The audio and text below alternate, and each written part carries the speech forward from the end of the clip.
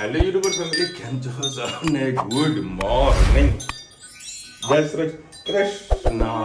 સીધી ગાડીનો એમને તમને કીધું, હાલ ઉઠીએ ને એને કીધું આવું ગાડી નથી જોઈ. તે જોઈ ગાડી કેવી હતી? જો કે વધારે કોઈ દેખાતું ને તમે ગાડી જોઈએ ને, ખાલી મિરરનો ઇસ્યુ છે. તમને વળી શોર્ટ આઉટ કરી નાખીશ. કાલે ગોળ ગોળ 2 વાર ફરી મને ક્યાંય કશું દેખાયું ના દેખાય. થોડો બોબો વાગ્યો હોય બરાબર. સેફ્ટીવાળી ગાડી સાથે બોલ્યો. મારા એક મિત્રનો હમણાં સિદ્ધપુરમાં એક્સિડન્ટ થતું રહ્યું છે. આખી ગાડીના 2 કટકા થઈ ગયા. કઈ ગાડી? સિબર મેગ્નેટ ઉડેક હતી. ભાઈને કઈ બે જણા બચી ગયા. આખી ગાડીના કટકા થઈ ગયા. હું તો સમાચારમાં તરત એને ફોન કર્યો. કોઈકે કીધું કે આઈસીયુમાં જરા તરત ફોન કર્યો. તો એને જ ફોન ઉપર કીધું હા ચાલ ભાઈ તે ફોન ઉપાડ્યો બમણ. મને આનંદ થયો. ચાલ બ્રાહ્મણ બધા એને બમણ તરીકે ઓળખે બરાબર. મને કે હાલ આઈસીયુમાં છું. તો આઈસીયુમાંથી એટલે શું થયું હાલ? કે કશું ને કે થોડીક ઇન્જરી થઈ અને બીપી કંટ્રોલ નહોતું એટલે આઈસીયુમાં રાખ્યું મને. સરસ ચાલો ઘરે પણ આવી ગયું. જો એક્ટિવામાં આટો ખાતી જા રીતુ જોડે જા. અત્યારે ચીકુનો જ્યુસ બની ગયું. અને સવારથી છે ને જીવ ધક ધક ધક ધક ધક ધક ધક ધક થઈ ગયું. એમ છે એવું કેમ થતું હશે? જીવ ધક ધક ધક ધક થાય. કોમેન્ટમાં કહેજો એનો જીવ ધક ધક ધક ધક ધક ધક ધક થાય. જે થવાનું તો બધું થઈ ગયું પણ તો જીવ ધક ધક ધક ધક ધક ધક ધક ધક થાય. અમુક વાર તો થાય ને લોકો બધું રેડી. અને તો કયું ડે? રામ જાણા ભણ્યા પછી તો હું કયો ડે ને કયો ડે? આપણે રોજ કામ ધંધાનો ડે હોય ને હે ધનુ? અને તમારા સ્કૂલનો ડે હોય, સ્કૂલે જવાનું હોય નહીં? રોજિતા ઘણા ટાઈમથી કહે કે તમે હિસાબ ફોર્મલ પહેરવાનું ચાલુ કરો. બસ હવે શોર્ટ ટાઈમમાં ફોર્મલ કપડા પર આવી જવું છે બરાબર. રુચિતા ફોર્મલમાં હું ફોર્મલ પહેરું ને તો રુચિતાને બહુ ગમે છે. એટલે ફોર્મલ ચાલુ કરવું છે થોડુંક. ચીકીનો જીત રેડી થઈ ગયો છે. ના ચાલશે રે. ગુડ મોર્નિંગ, જય શ્રી કૃષ્ણ. આપણે આજે સૂકા ચણાનું કઠોળનું શાક બનાવીશું. એના માટે મેં 4 પડી જેટલું તેલ લઈ લીધું છે. એમાં આપણે રાઈ એડ કરીશું.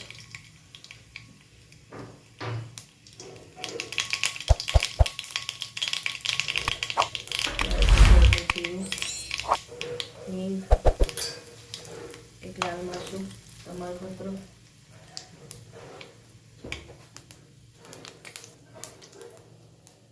2 ચમચી જેટલા લવિંગ એડ કરીશું. અને સાથે 1 ડુંગળી, 1 ટામેટું, થોડું લીલું લસણ અને લીલું મરચું એડ કરીશું. ચોપર કરી દઈશું.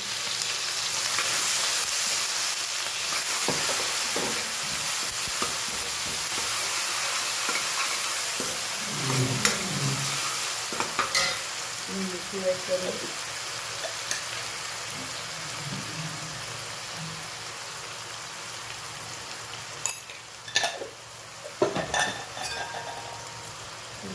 હળદર એડ કરી.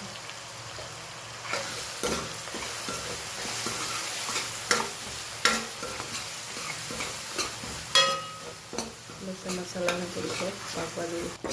બસ મસાલો સરસ આપણો પાકી દીધો. આપણે રોટી મસાલા કરી લઈએ. લાલ મરચું પાવડર, ધાણા જીરું, મીઠું તો એડ કરેલું જ છે. સહેજ પાણી એડ કરીશું.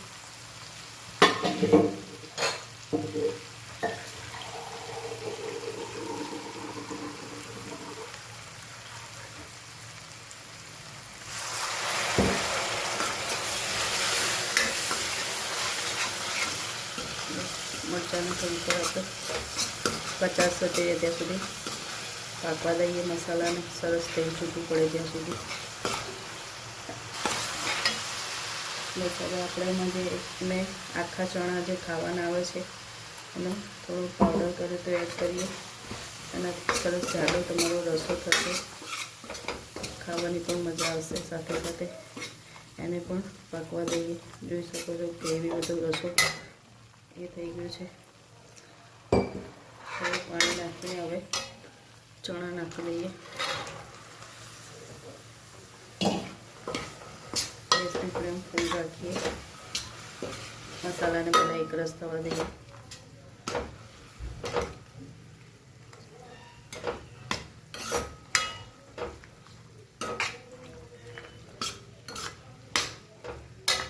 બાકીનો મસાલો છે એ પણ સાથે સાથે એડ કરીએ. ચણાનો આખા ચણા આવે છે ખાવાના, સિંગ ચણાવાળા, એને આજે મેં ક્રશ કર્યા છે એટલે બહાર જેવું સેમ તમારું શાક થશે. જોઈ શકો છો તમે.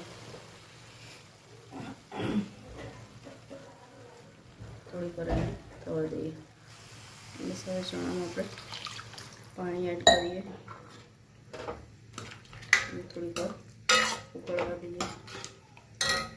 ચણા આપણે સરસ ઉકળી ગયા છે. હવે આપણે ધોઈને દાણા એડ કરી દઈએ. સાથે સાથે લીંબુ પણ એડ કરી દઈએ.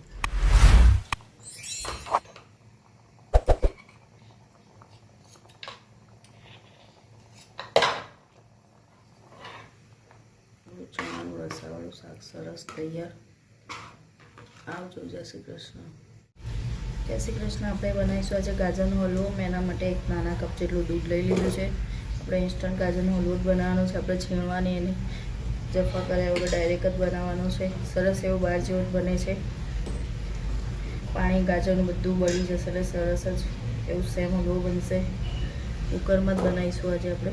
સરસ મેં ગાજરને 1 કિલો ગાજર લઈ લીધા છે મેં, અને સરસ આપણે ધોઈને એનો જે અંદરનો વ્હાઈટ પાર્ટ કાઢીને કટ કરી લીધા છે. અને આપણે 3 થી 4 સીટી ધીમા ગેસે મારી લઈશું. સરસ આપણા બફાઈ ગયા છે ગાજર. હવે એને મેશ કરી લઈએ.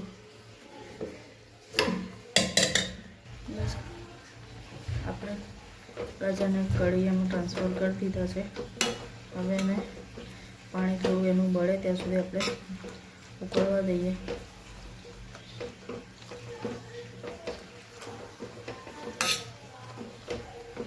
ઇન્સ્ટન્ટ બની જશે અને ટેસ્ટમાં પણ કોઈ ફેર પડતો નથી અને સેમ ટેસ્ટ આવે છે બહારના ગાજરના હલવા જેવો. જો તમે જોઈ શકો છો એકદમ મેશ પણ થઈ ગયા છે. બહુ દૂધનું પ્રમાણ નહીં રાખવાનું, નહીં તો બળતા વાર થશે. આ ગાજરનું પાણીનું પ્રમાણ છે એટલું જ આપણે બફાઈ જાય અને પાણીનું પ્રમાણ એનું બળી જાય એટલું જ દૂધ એડ કરવાનું છે. બહુ નાખશો કુકરમાં દૂધ તો બધું ઉકળાઈને બહાર આવશે. કુકરે બગડશે અને તમારો ગેસ પણ બગડશે. માપનું જ દૂધ નાખવાનું. મેં 1 કિલો ગાજર હતા તો ના આનું 1 કપ જેટલું દૂધ નાખ્યું હતું તો પણ સરસ આપણા ગાજર જુઓ તમે ચડી ગયા છે. મેં 3 સીટી મારેલી હતી. દૂધને થવા દઈએ. પાણીને વળવા દઈએ. હવે આપણે એમાં માવો એડ કરીશું.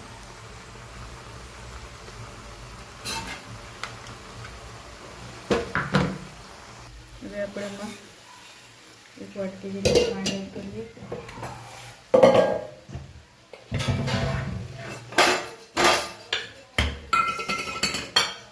આજે ઘરનું ઘી જો બનાવ્યું, ખૂબ જ સરસ બન્યું છે ઘી.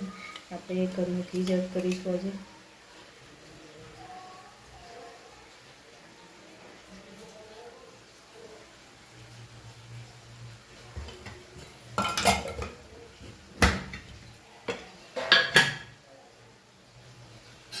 અને સાથે સાથે 2 મિલ્ક પાવડર એડ કરીશું. મિલ્ક પાવડરથી ટેસ્ટ ખૂબ જ સરસ આવતો હોય છે.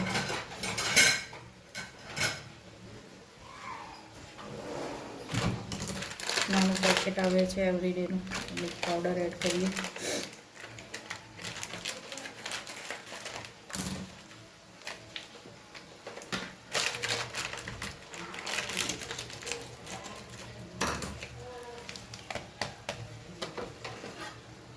સરસ મિક્સ કરી લઈએ.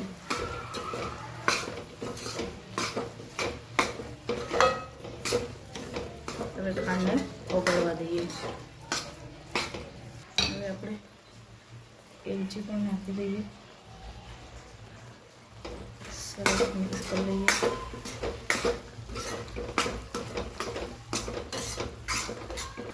સહેજ પાણી કે દૂધમાં તમને મિક્સ કરીને ફૂડ કલર પણ એડ કરી શકો છો. હું સહેજ નોર્મલ પાણી લઈને ફૂડ કલર પણ એડ કરી દીધો છે, કેમ કે માવાને એડ કરી એટલે સેમ લાલ ટેસ્ટ નથી આવતો. જોઈ શકો છો આપણો સેમ દાળ જેવો હલવો તૈયાર થઈ ગયો છે. તમે પણ આવો હલવો બનાવજો, ખાવાની ખૂબ જ મજા આવશે. મારી રેસીપી ટ્રાય કરજો. આવજો. જય શ્રી કૃષ્ણ. મેન આપણે આમાં કાજુ અને બદામ નાખવાના એડ કરવાના રહી ગયા હતા, એ પાછળથી તમને બતાવું છું. ચલો હવે આપણો સરસ મજાનો ગાજરનો હલવો તૈયાર. આવજો. જય શ્રી કૃષ્ણ. આપણે બનાવવાના છીએ ભેળ. એના માટે મેં સેવ મમરા વઘારી લીધા છે, ઝીણી સેવ પણ અલગથી રાખી છે, રગડો, ખજૂર આંબલીની ચટણી, લીલી ચટણી, ડુંગળી અને પાણી, પકોડી અને આ છે ચવાણું. ચલો આપણે એમાં મમરા એડ કરીએ, પછી એડ કરીએ રગડો, ડુંગળી,